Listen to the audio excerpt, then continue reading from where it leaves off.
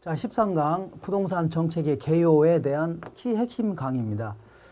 자, 이 정부가 부동산 문제를 해결하려고 개입하는 목적은 크게 두 가지입니다. 첫 번째는 비효율적으로 자원이 배분됐다. 그 얘기는 시장에서는 사회적으로 필요로 한 양보다 훨씬 적게 생산되거나 무진장 많이 생산한다는 얘기죠. 그러면 누군가가 엄청난 이문을 얻어갈 수 있는 겁니다. 이런 상태를 시장이 실패했다 해줍니다.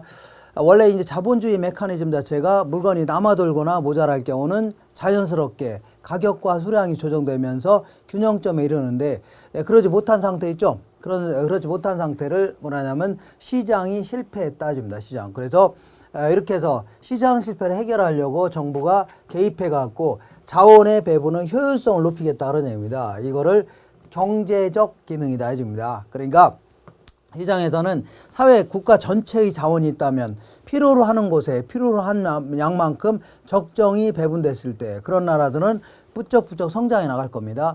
근데 아무리 자원이 효율적으로 배분됐다 하더라도 누구는 무진장 잘 살고 누구는 무진장 못 살고 이것도 문제가 될 수 있는 거죠. 그러니까 자원 배분이 효율적으로 되려면 결국은 그 어떤 소비자의 욕구에 충족시킬 수 있는 그러한 어떤 대규모 자본력을 갖춘 집단이라든가 기술력을 갖춘 집단만이 살아남게 되는 겁니다. 그러다 보니까 누구는 무진장 못 살고 무진장 잘 살고 이것도 문제가 될 수 있는 거죠. 그러니까 노숙자 같이 아무래도 그 집도 절도 없는 사람 이런 사람 있으면 대화인데요.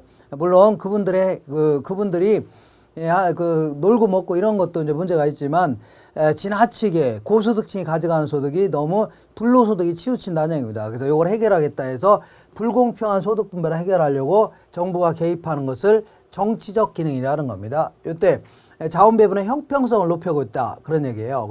이때 요 효율적 자원 배분과 공평한 소득 분배는 말은 뭐 비슷한 것 같지만 사실은 얘는 자본주의 국가 논리고 얘는요 사회주의 국가 논리입니다. 그러니까 우리나라 같은 경우는 자본주의 국가이기 때문에 효율성을 중시하는 겁니다. 그렇지만 어느 정도의 형평성은 달성해야 되죠. 굶어 죽는 사람이 있으면 안 된다는 얘기입니다. 그래서 어느 정도의 형평성을 달성할 것인가 이런 거를 사회적 목표로 하는 겁니다. 사회적 목표를 달성하려고 개입하는 것을 뭐라 하냐면 정치적 기능이라는 겁니다. 그러면 시장 실패에 관련된 어떤 내용을 좀 살펴볼 건데 어떤 경우에 시장 실패가 나타나나 알아보겠습니다. 먼저 독점 과점. 독점 시장 같은 경우는 공급자가 한 명의 시장이죠. 이런 시장에서는 필요로 한 양보다 훨씬 적게 생산하면서 얘네들은 어마어마한 이득을 얻어가려고 할 겁니다. 그리고 또한 시설이 막 남아돌 수도 있는 거죠. 그러면서 상당히 시장 실패를 가져오는 가장 큰 이유가 될 수 있는 겁니다. 그 다음에 공공재라는 게 뭐냐면 사과가 있다. 이런 것들은 경합성이라는 걸 갖고 있습니다. 경합성은 이걸 먹으려면 서로 싸워야 된다는 얘기죠. 싸워야 된다는 얘기는 멱살 잡고 싸운다는 게 아니라 서로 그 소비자 입장에서는 물건이 하나밖에 없다 그러면 돈을 많이 치르는 자들이 사갈 수밖에 없는 거고 그 다음에 공급자 측면에서는 공급자가 여러 명인데 사과를 살려는 사람이 한 명밖에 없다 그러면 돈을 적게 받는 사람이 팔 수밖에 없다. 이런 식으로 경합할 수밖에 없다. 그런 얘기입니다. 근데 마을 뒷산을 좀 보겠습니다. 마을 뒷산은 아침마다 사람들이 올라가서 산책도 하고 배드민턴도 치고 약수도 떠오고 하는 곳이 있는데 얘네들은 서로 이걸 이용하려고 싸울 필요가 없다는 얘기죠. 그러니까 함께 소비하더라도 소비량이 줄어드는 거가 아니다. 이런 거를 비경합성이 있다 해줍니다. 그 다음에 비배제성이라는 것은 그 대가를 지불하지 않는 사람들도 소비에서 배제할 수 없다는 얘기죠. 공중 화장실이라든가 도로 같은 거 이런 것들을 돈을 안 냈다고 해서 이거를 소비에서 배제할 수 없다는 얘기입니다. 그러면 결국 이러한 성격 때문에 시장에는 무임승차자가 생길 수밖에 없는 겁니다.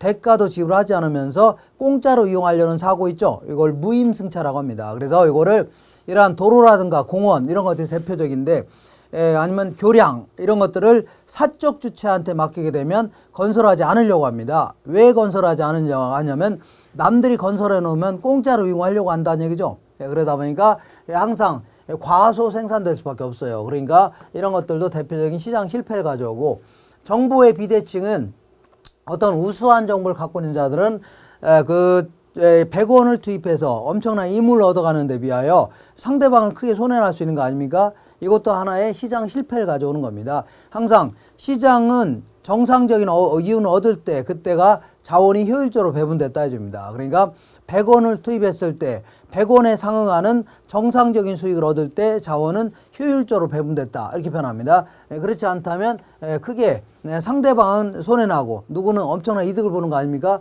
이것도 일종의 시장 실패를 가져오는 겁니다.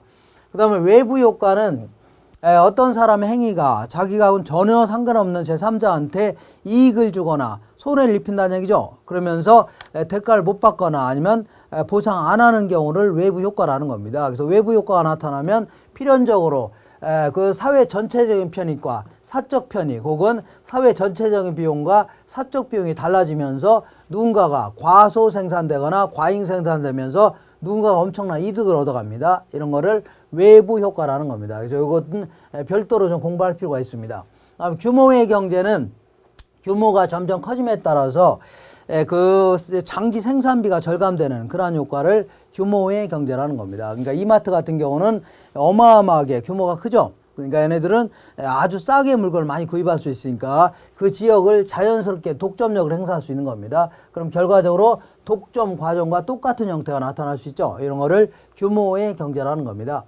그 다음에 이제 정부가 정치적 목적으로 개입하는 것들은 대부분 주택 정책과 관련돼서 임대료가 너무 비싸다는 얘기죠. 니네들 이거 이상은 받지 말아라 이렇게 규제하거나 아니면 임대료를 공짜로 지원해 주겠다. 아니면 정부가 직접 공공 임대주택을 지어서 저렴한 임대료로 공급하겠다는 얘기죠. 그리고 분양가가 너무 비싸니까 저소득층들이 집 구입하기가 힘드니까 니네들 이거 이상은 받지 말아라 이렇게 규제할 수 있을 겁니다. 이런 것들이 전부 다 정치적 목적으로 개입한다. 이렇게 정리하시면 됩니다. 이 정도를 자 일단 정리한 다음에 그 흐름 내에서 여러 가지 수단들을 정리하시면 되는 겁니다. 그럼 여기까지 해서 요걸 마무리하겠습니다.